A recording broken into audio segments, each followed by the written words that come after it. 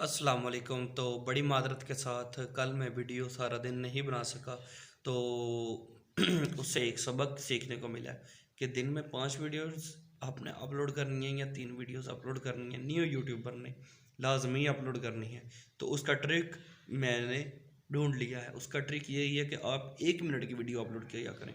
आपने दिन में 5 वीडियोस अपलोड करनी है तो आप कोशिश करें, आप छोटी सी एक बात अपने जहन में रख लें जो आप बता दें अपने सब व्यूवर्स को, जो भी आपका टॉपिक हो, तो वो जस्ट 1 मिनट में हो। जब मैं अभी बता रहा हूँ आपको कि आपने दिन में 5 वीडियोस कैसे अपलोड करनी है, तो आपने दिन में 5 वीडियोस सिर्फ 1 1 मिनट की अपलोड करनी है। तो आपकी आप जो भी नॉलेज बताएं उसकी लेंथ सिर्फ 1 मिनट की होनी चाहिए। तो आप यानी कि दिन में 5 वीडियोस बना सकेंगे और अपलोड कर सकेंगे। ये छोटी सी इन्फॉर्मेशन थी। जिसको अच्छी लगे वो मेरे चैनल को सब्सक्राइब करे और बेल आइकन पर ज़रूर क्लिक करें। अल्लाह हाफिज़।